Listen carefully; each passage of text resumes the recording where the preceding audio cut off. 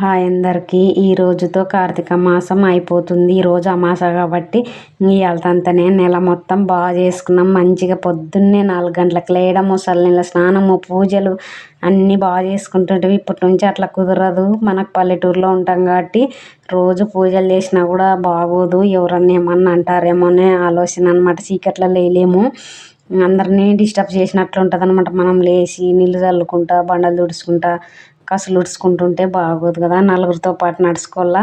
సమాజంలో ఉన్నాం కాబట్టి మనం సమాజాన్ని తగ్గట్టు ఆలోచించాలా. పల్లెటూరులో ఉంటాం కాబట్టి సిటీలో అయితే అవన్నీ ఉండవు, పట్టించుకోరు, ఎవరంతకు ఎవరు చేసుకోవచ్చు. ఇట్లయితే ఇంకా పల్లెటూరులో కాబట్టి పాటించాలా. ఇప్పుడైతే ఎంత ప్రశాంతంగా ఉందంటే ఇంట్లో పూజ చేసుకున్నాక అమావాస్య కాబట్టి బాగా చేసుకున్నా.